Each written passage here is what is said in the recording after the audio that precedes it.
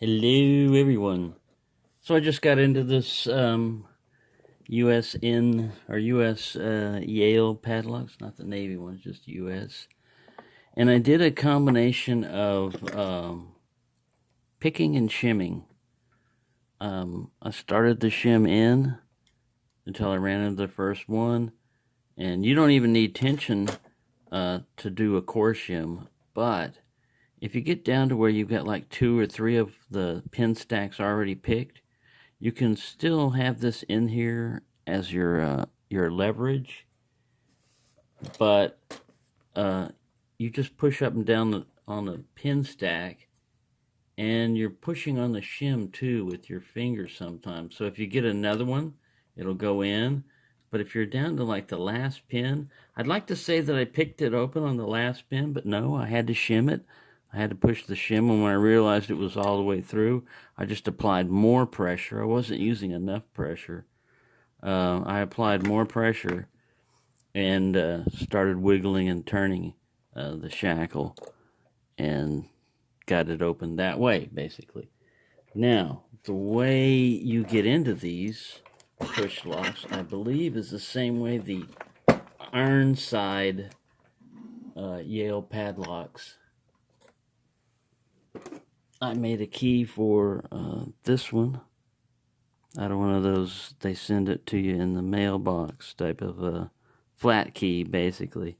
I'm going to try to do something similar for this one right here. I'm going to try to make a key for him. But I just wanted to get him open first and clean it up on the inside. Even though it's all nice and shiny on the outside, I bet it's gunky on the inside. And just clean it up a little bit. You stick something in here usually and try to turn it, and this is all rounded out, so I'll probably have to make an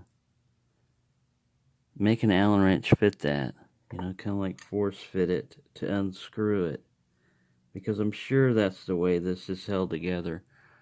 Once you unscrew this, you release a little spring underneath there.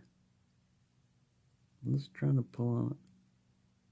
Yeah, they wouldn't make it so that if you put the key in it, you just pull it and you got the lock, So there's got to be a shackle retaining method in there. And it's, like I said, it's probably like on this one.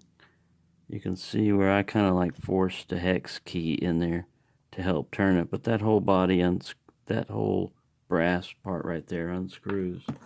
I'm pretty sure this one does too, and I can see right here, look how nice and unshiny that is right there.